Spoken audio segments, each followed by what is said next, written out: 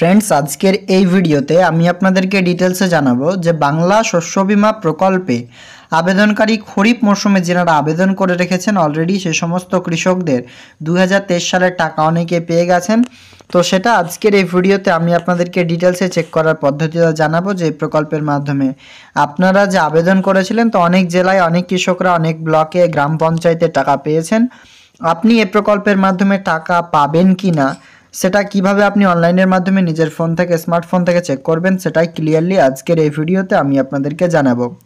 Without voter number দিয়ে আপনি check করতে পারবেন। সাথে কিন্তু এখানে কোনো রকমের আপনার বাংলা শস্য বীমা প্রকল্পে যে একটি প্রবলেম রয়েছে সেটাই হচ্ছে কি যে আপনার সেশন অ্যান্ড যেটা ইয়ার সেটা কিন্তু সিলেক্ট হচ্ছে না। তো এটা আর প্রবলেম হবে না। আপনাকে আজকের ভিডিওতে সেটাই আপনার স্ট্যাটাস চেক করার প্রসেসটা জানাবো এবং এখান থেকে আপনি কত টাকা পাবেন সেটাও কিন্তু জানতে পারবেন। যিনারা টাকা পাবেন তাদেরই শুধুমাত্র দেখাবে যে কত টাকা পাবেন, যিনারা পাবেন না তাদের কি দেখাবে জানতে হলে ভিডিওটি শেষ পর্যন্ত অবশ্যই দেখতে থাকুন। আর এরকম লেটেস্ট ও ইনফরমেটিভ আপডেট পাওয়ার জন্য অবশ্যই চ্যানেলটিকে সাবস্ক্রাইব করে বেল আইকনে ক্লিক করে অল অপশন অন করতে ভুলবেন না। দেখুন, বাংলা শস্য বীমা প্রকল্প হচ্ছে রাজ্য সরকারের, আর এতে যে সমস্ত যে আপনার পয়সা দেওয়া হচ্ছে সেটি ইন্স্যুরেন্স কোম্পানির মাধ্যমে দেওয়া হচ্ছে। শুধুমাত্র আপনার ফসলের যে ক্রপ ইন্স্যুরেন্স যেটি আপনি করাচ্ছেন তার যে প্রিমিয়াম রয়েছে সেটি শুধু রাজ্য সরকার পে করে থাকেন এবং বাকি সম্পূর্ণ যেটি ইন্স্যুরেন্স কাভারেজ আপনার ব্যাংক অ্যাকাউন্টে দেওয়া হয় সেটি কিন্তু কোনো কোম্পানি দ্বারা দেওয়া হয়।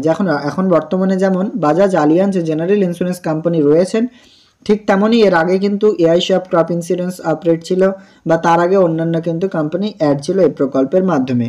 ইতিমধ্যে বাজাজ আলিয়াঞ্জে কীভাবে আপনি স্ট্যাটাস চেক করবেন চলুন সেই সংক্রান্ত আপডেটটা আপনাদেরকে ক্লিয়ারলি দেখিয়ে দিচ্ছি এবং জানিয়ে দিচ্ছি। প্রথমে বাংলা শস্য বীমা প্রকল্পে আপনার স্ট্যাটাস চেক করবার জন্য একটি লিঙ্ক প্রয়োজন, যেটি হচ্ছে কি বাজাজ আলিয়াঞ্জের লিঙ্ক। সেটি আপনারা কোথায় পাবেন? ভিডিও ডেসক্রিপশন বক্সে হোয়াটসঅ্যাপ গ্রুপের লিঙ্ক রয়েছে, জয়েন করে অবশ্যই পার্সোনাল এসএমএস করুন।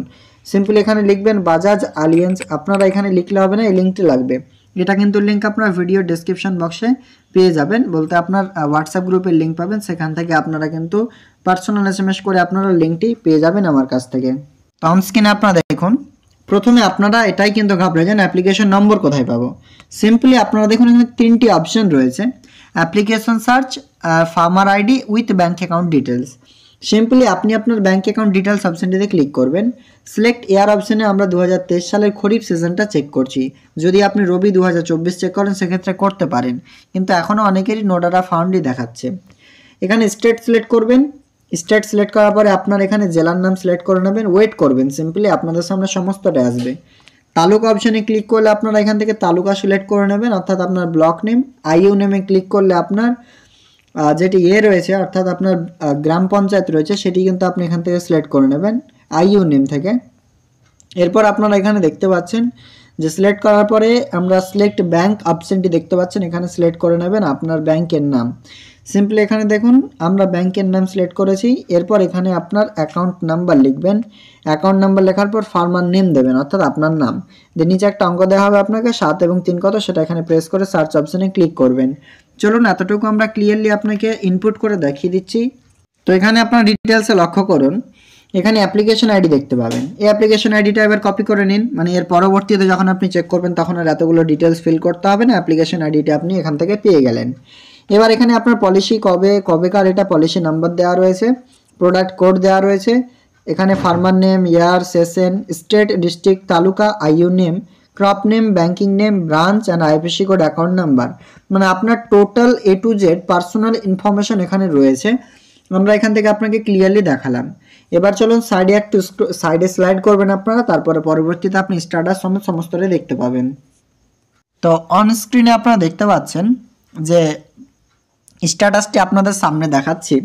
ক্লেম ডিটেলসটা আপনি লক্ষ্য করবেন, যাদের claim not reported at if any will get updated রয়েছে সে সমস্ত কৃষকরা এই প্রকল্পের মাধ্যমে টাকা পাবেন না। এটা যতদিন ইনঅ্যাক্টিভ না হয় তার আগে আপডেট হতে পারে, কিন্তু ইনঅ্যাক্টিভ নয়, অ্যাক্টিভই রয়েছে, আপডেট হয়ে যেতে পারে। এখানে ক্লেম নটের মানে কি বলছে সেটা একবার আপনারা বুঝে নিন।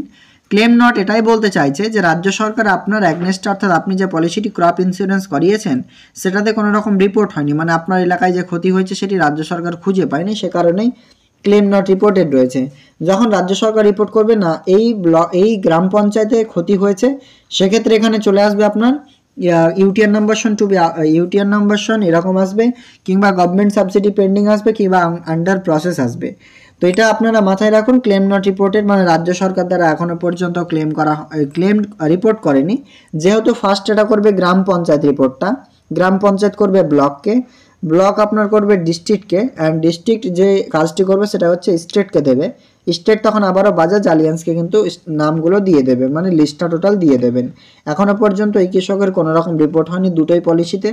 আপনাদের কি স্ট্যাটাস রয়েছে অবশ্যই কমেন্ট সেকশনে জানাবেন, এবং হোয়াটসঅ্যাপে আমাদের সাথে যোগাযোগ করতে চাইলে ভিডিওর ডেসক্রিপশন বক্সে লিঙ্ক রয়েছে, জয়েন করে পার্সোনাল এসএমএস করুন লিঙ্কটি নেওয়ার জন্য।